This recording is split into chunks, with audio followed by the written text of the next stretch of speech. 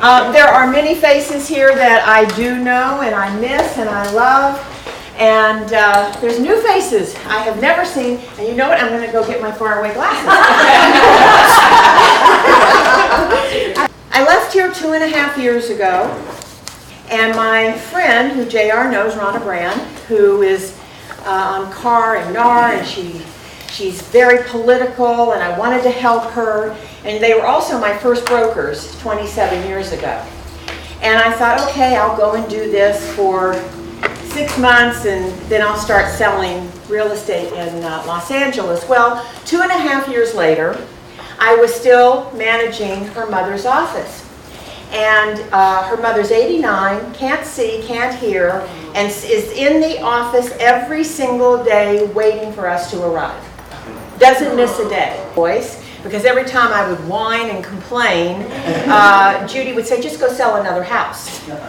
Was a very negative person for many, many, many years. That's the way my mind was. If I closed an escrow, I was sure it was a mistake.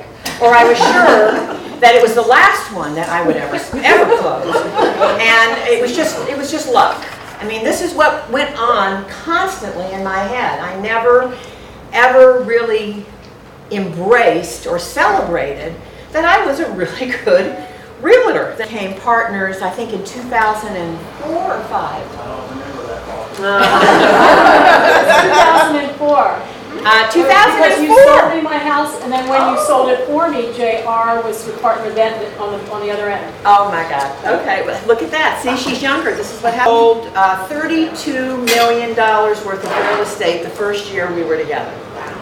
$32 million. And this is the saddest part of this story. Not once did I celebrate internally, and kept on pretending, and kept on thinking that nobody would know how I really felt inside, which was scared and doubtful. Before I left here, I went to Coaches Training Institute, which is in San Rafael. And we will wait for that to go off. Sorry. That's okay. One gold star taken away from you. I went to CTI, and I really wanted to give back. I just had a feeling I wanted to give back and stop this whole trying to sell anything. I just wanted to give back. Well, what I found out was everybody sells something. I don't care whether you're selling coaching, I don't care whether you're selling clothing, I don't care whether you're selling yoga lessons, I don't care whether you're selling real estate. We all sell something.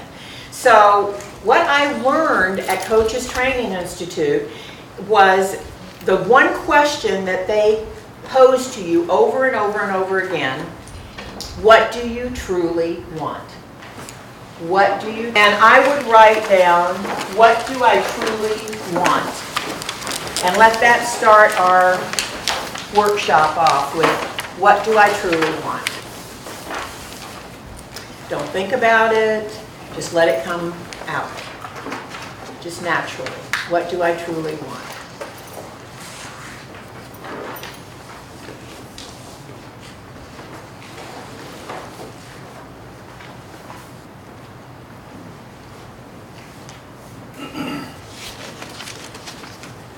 It's a big, big question.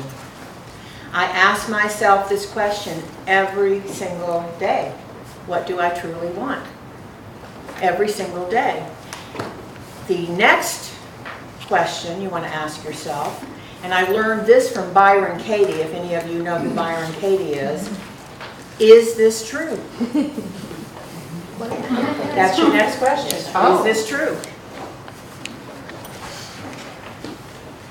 What I've done with our workbook today is, if you look at the second page of your workbook, once I started coaching, and I'm a researcher. I love to research everything. I started researching our thoughts and how many thoughts a day we think. And believe it or not, we think, the book talks about this research, that we actually think 50,000 to 70,000 thoughts a day. That's what goes on in our head. What's really amazing is that 70 to 80% of those thoughts are negative. It's amazing to me. 70 to 80%. Today I read that 98% of what we're thinking about today we thought about yesterday. So think about it. We're thinking thoughts that 70 to 80% are negative or self-defeating. 50,000 to 70,000 of them we thought about yesterday. So it really is about changing how we think. Now,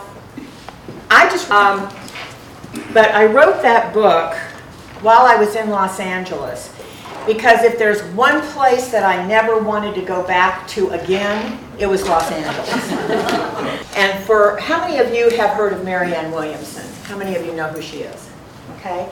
I've known Marianne for about 25 years, and I went to her lecture. That was the one good thing about LA. She lectures there every Monday night. So I went to her lecture, and I said to her after her lecture, I don't know what I'm doing here, I don't know how I got here, and I don't want to be and write. And that's really what the book is. It's just writing and writing and writing. At first, I wrote because I wanted to overcome an eating disorder that I have had my entire life. I didn't show that I had it as a child because I was so active as a child that people didn't realize that I had this disorder. When my mother got sick when I was 15 and she died when she was 35, I blew up like a balloon, and I've been blowing up and going down and blowing up and going down ever since. So I wanted to finally, the 4 speakers that are here today were not chosen randomly. This was very purposeful activity on my part. I wanted you to have the best of the best, the real deals. That's what I wanted you to have. Judy Profeta is the real deal. The most positive person I have ever known in my life. And I don't know, and she's going to talk to you about it. In fact, do you want to be number 1? No.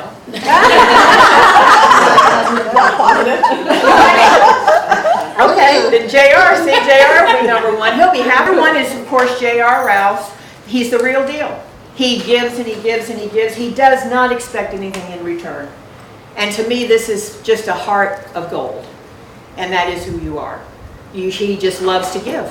That's who he is. So, and Ken Baker, who I have known for ever and ever and ever, is such a sweetheart of a lender. Every deal I ever had with Ken, I don't care how hard those deals were, somehow he calmed everybody down. And my dear friend Susan Spiegel, who is just the sweetest, most beautiful soul in the world, and very, very, very smart. I'm going to give you a little kudo because I think it's a big thing to be magna cum laude. Very bright, and so she's going to talk to you guys about how to be in this business and do what is called mini mastery. So we have 4 really great speakers here today. Number 1, I read you something that I was meditating before the class started because I wanted to make sure I got it all in. I gave you everything I had. And all of a sudden this thing came up called Creative Vision. Bob Proctor is, I guess, a guru of the law of attraction. He was one of the people in the movie The Secret that many of us are familiar with about the law of attraction. And just one of the many teachers and trainers that teach about law of attraction, right? So today, he said the one thing that's missing in all of the teachings of the law of attraction is the law of compensation. And JR said we want to be compensated. Yes, we want to attract what we want, but we want to be compensated for it. Again, this goes back to our thoughts. Well, what was funny was when Victoria, she was telling me about this, and when she dug through her email and found the quote from Bob Proctor, she said that, and I'm like, oh my God, in 10 years, or 25 years that I've been kind of living the law of attraction and the power of the mind, I'd never heard anybody train that one of the missing links is the law of compensation, because we're all taught to visualize and focus on what that we want, what you think about, you bring about, asking it's given, all those. Everybody sees hugs from me all the time. Right? Yeah, yeah, but they're real. They're real. This is important because he is authentically like this.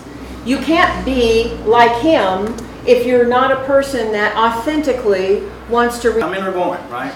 And so when I came to California, I was a hugger, right? And people were like, hugs. I mean, it's just who I am. And I actually have gotten listings because people come in, they're like, oh my God, you know everybody, you hug everybody, I want you to sell my house. I'm like, with the law of attraction, because this has been really important for me living in Los Angeles and writing this book, it was very clear to me that I had to see more than what I was seeing. I mean, I had to force myself to see things about myself that I had absolutely negated about myself. And so many incredible leaders helped me. Oprah came up with this meditation series, Oprah and Deepak. How many of you have taken that one? It's fabulous. It's going on right now. See yourself. I mean, there are times when I stand in front of the mirror, and even though I've lost 100 pounds and I've gained back 20, I'm a work in progress. I have an eating disorder. It's going to come back and it's going to go. That you look sometimes. Like sometimes I'll walk out of the house and I'll think, oh, I look so pretty today. And then I walk by a mirror, or I pull down the mirror in the car, and I'm like, what was I thinking?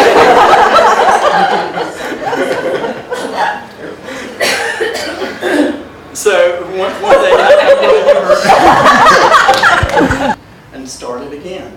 So I said to Victoria, I said, when we look at our lives and we're all doing tricks and we're doing all this stuff with our yo-yos, the weight up and down, the 100 views, just remember what you can believe you can achieve. And that goes back to Napoleon Hill, right? Think and Grow Rich. What you can believe you can achieve. And what I did was I said what your mind can believe you can achieve. Because we all play games, and again, don't say it again while I'm here, right? But I'm up and down 100 pounds, 20 pounds, whatever. Because again, you're basically programming yourself to continue that belief. And it's easy, I think. So, and that is why I wanted you to be here, because JR has played such an important part in my life. And when you have somebody with you as a partner, and I know Judy has different ideas about partnerships well, he's been my only partner. So in 27 years, I've only had one. So I kind of believe what you say, but we won't tell.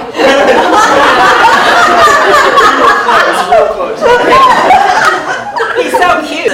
She still made me blow. So you don't know until you're with somebody that I was just lucky. I was blessed, really blessed. I was blessed to find Judy, and I was blessed to find JR.